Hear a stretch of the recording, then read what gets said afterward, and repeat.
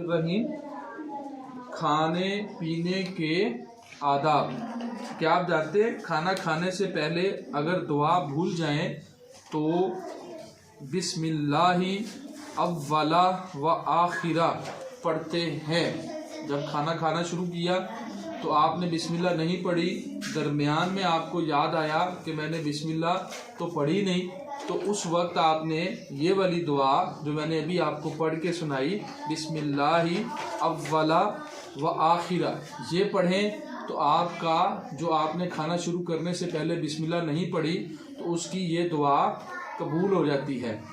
फिर जब खाना खाना है तो खाना खाने से पहले आपने हाथों को अच्छी तरह धो लेना है। खाना खाने से पहले हाथों को अच्छी तरह धो लेना है। खाना हमेशा बिस्मिल्लाहिर्रहमानिर्रहीम पढ़कर शुरू करें। हमेशा दाएं हाथ से खाना खाएं। छोटा छोटा लुकमा और खूब चबाकर खाएं।